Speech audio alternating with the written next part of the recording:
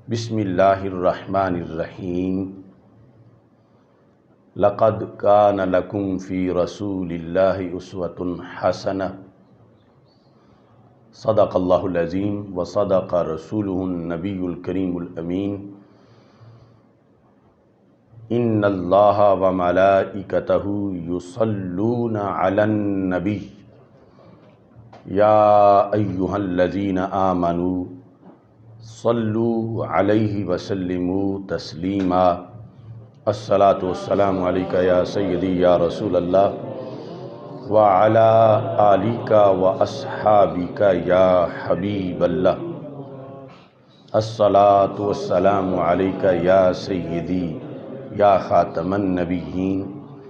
وعلی آلک واصحابک یا اول النبیین و یا آخر النبیین۔ مولاي صل وسلم دائما ابدا علی حبیبک خیر الخلق کلہم، منزہ عن شریک فی محاسنہ فجوہر الحسن فیہ غیر منقاسم، محمد تاج رسل اللہ قاطبۃ، محمد صادق الاقوال والکلم، محمد ذکرہ روح لانفسنا، محمد شکرہ فرض علی الامم۔ ربی صلی وسلم دائما ابدا علی حبیبک خیر الخلق کلہم۔ خدایا بحق بنی فاطمہ کہ بر قول ایما کنی خاتمہ، اگر دعوتم رد کنی ور قبول، منو دست و دامان آل رسول صلی اللہ علیہ وسلم۔ اللہ تبارک و تعالی جل جلالہ وعم نوالہ واتم برہانہ وعظم شانہ وجل ذکرہ وعز اسمہ کی حمد و ثنا، اور حضور سرور کائنات مفخر موجودات زینت بزم کائنات دستگیر جہاں غم گسار زماں سید سروراں حامی بے کساں قائد المرسلین خاتم النبیین احمد مجتبیٰ جناب محمد مصطفیٰ صلی اللہ علیہ وآلہ واصحابہ وبارک وسلم کے دربار گوہر بار میں ہدیہ درود و سلام عرض کرنے کے بعد، السلام علیکم ورحمۃ اللہ وبرکاتہ۔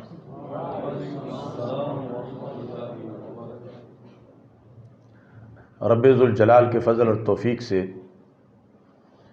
عقیدہ معصومیت کے لحاظ سے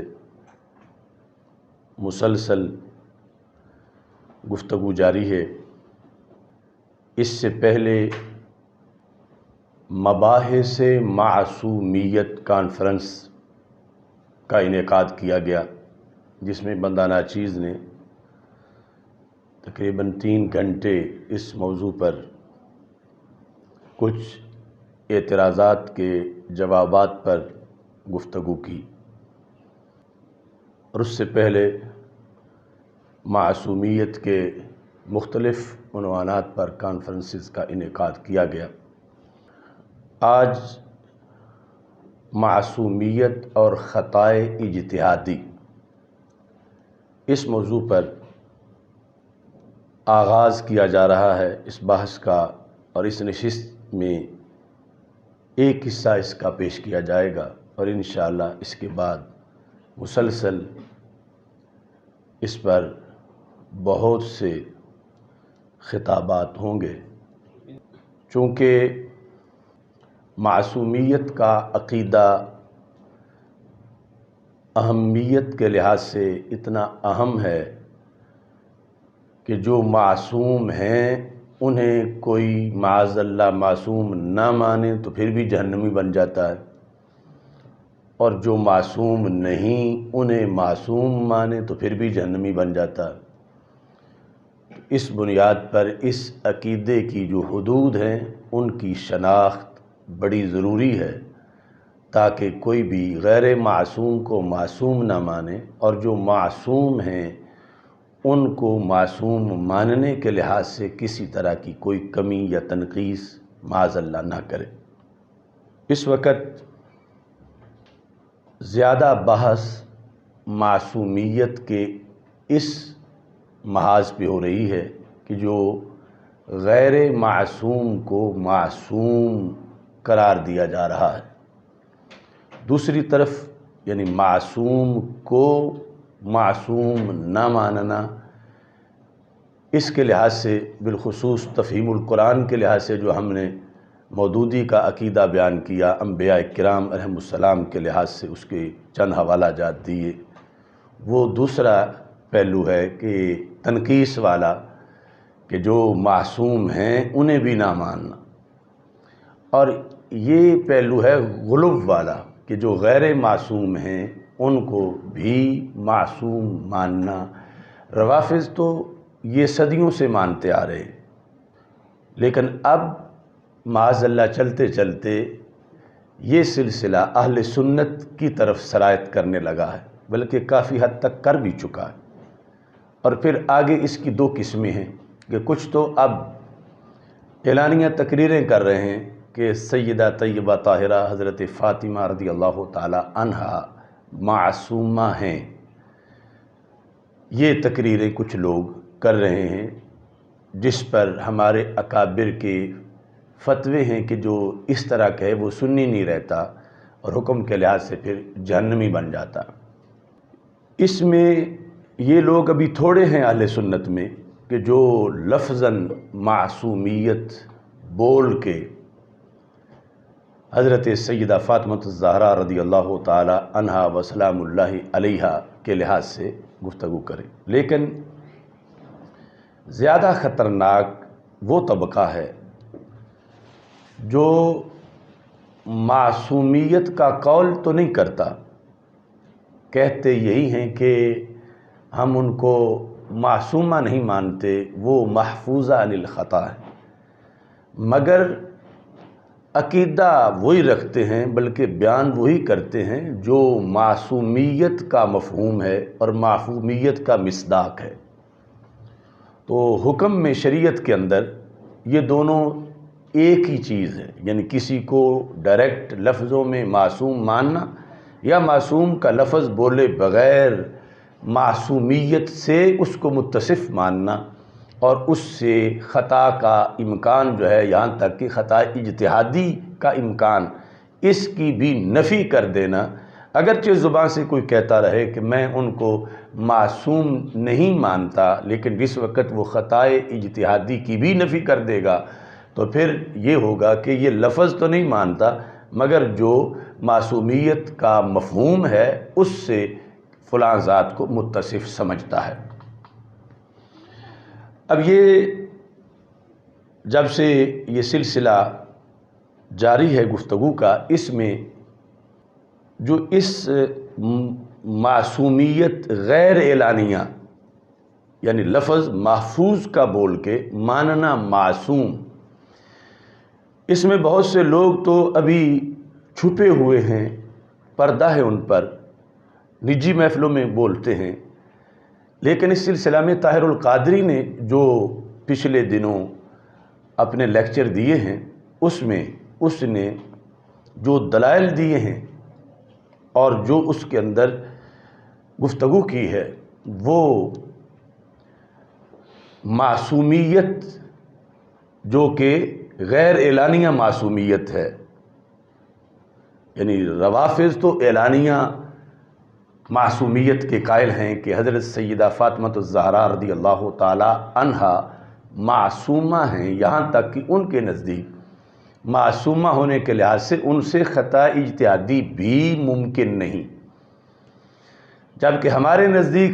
14 صدیوں میں اس پر اتفاق ہے کہ انبیاء کرام علیہم السلام بالاتفاق بالیقین معصوم ہیں، اس کے باوجود ان سے خطا اجتہادی کا صدور صرف امکان ہی نہیں، صدور بھی مانا گیا ہے، اور یہ کوئی عیب نہیں، یہ کوئی نقص نہیں، یہ کوئی معصیت نہیں۔ اب یہ جو صورتحال ہے، اس میں زیادہ اس بات پر بحث ہے کہ مسئلہ فدق میں حضرت سیدہ فاطمۃ الزہرا رضی اللہ تعالی عنہا و سلام اللہ علیہا کی طرف خطائے اجتہادی کی نسبت، چونکہ اب یہ بہت سی کیٹیگریز بن گئی ہیں یعنی اہل سنت کے اندر،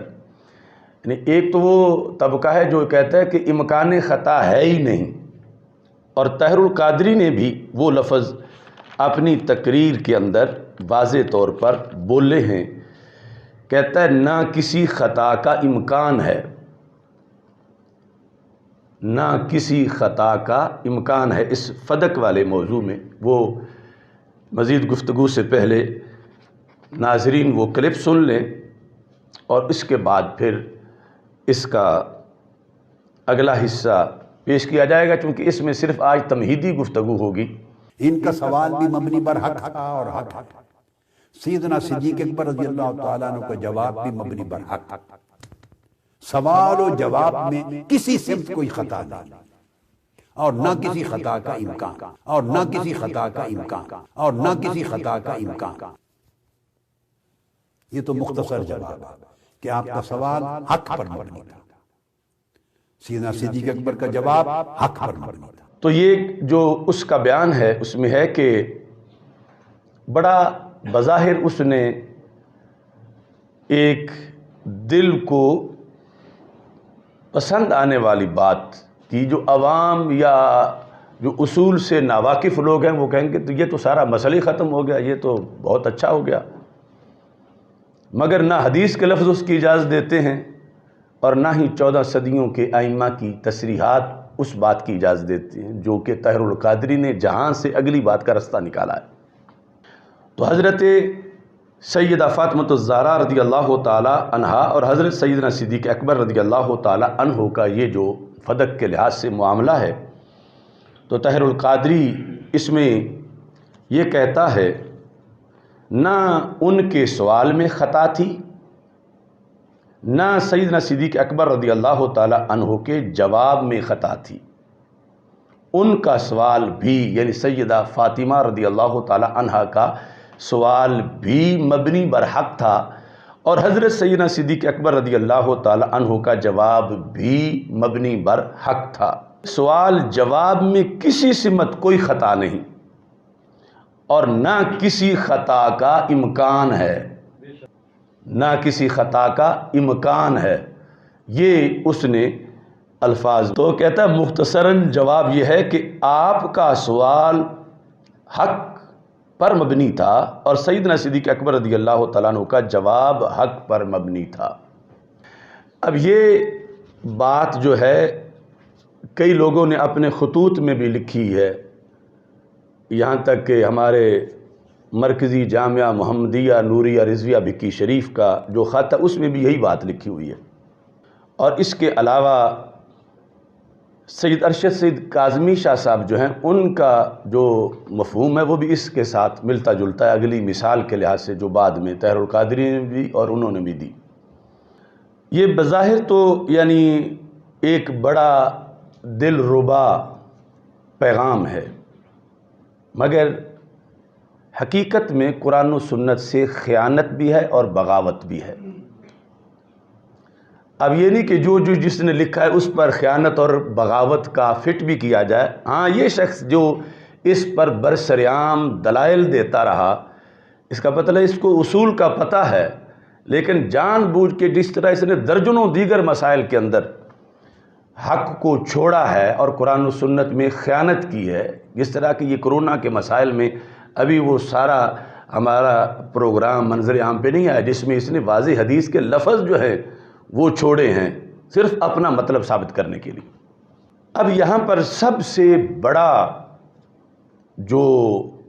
فطور ہے وہ اس قضیے کو لفظ سوال اور جواب سے تعبیر کرنا ہے۔ یہاں سے ایک بہت بڑی واردات کا رستہ بنایا جا رہا ہے، سوال اور جواب۔ چونکہ حدیث شریف میں جو الفاظ ہیں ان کے اندر ذکر ہے